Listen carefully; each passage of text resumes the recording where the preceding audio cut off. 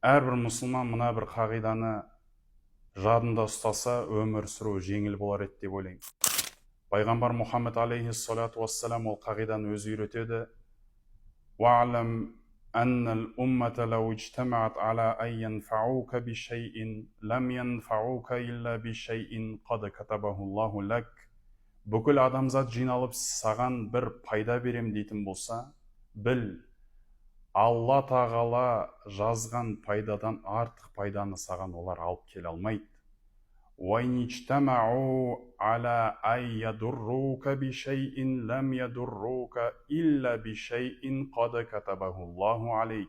Бүкіл адамзат жиналып саған бір зиян алып келем десе, бір қастандық жасайым десе, біл, Алла қалаған зияннан, қастандықтан артық зиянды олар саған алып келе алмайды дейді.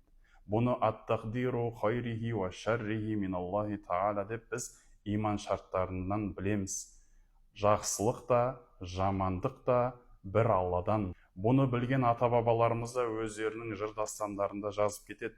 Махамбет Өтемісұлы атамыз өзінің жолдасы Исатай Тайманұлы туралы өлең жырларында мінгені Исатайдың ақтабан-ай, сүт беріп, сұлы беріп баптаған-ай, зеңбірек үш атқанда дарымады, Құдайдың міне қара сақтаған-ай деп пайда да зиян да Құдай тағаладан келетіндігін баса айтып отыр.